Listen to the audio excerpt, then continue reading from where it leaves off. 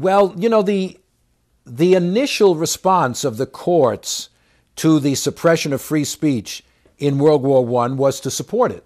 The Supreme Court, during the war and immediately after, handed down decisions supporting or endorsing the arrest of people for handing out pamphlets, the arrest of Eugene Debs's conviction for giving an anti-war speech was upheld by the Supreme Court in re Debs. But when the war is over and, tempers begin to heal, diminish a little bit, certain members of the court, Oliver Wendell Holmes, Louis Brandeis, begin to pull back. They begin to say, wait a minute. Should the government, whether the state government, the federal government, really be outlawing kinds of speech? Really be saying which political view can be expressed and can't be expressed?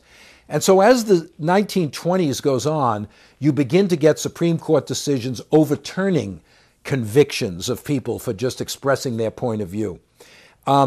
It's during World War I that the American Civil Liberties Union is formed in order to defend the right of dissent. Now, during the war, they don't get anywhere. In fact, the post office bans the American Civil Liberties Union from sending its publications through the mail. You cannot send things in the mail defending freedom of speech.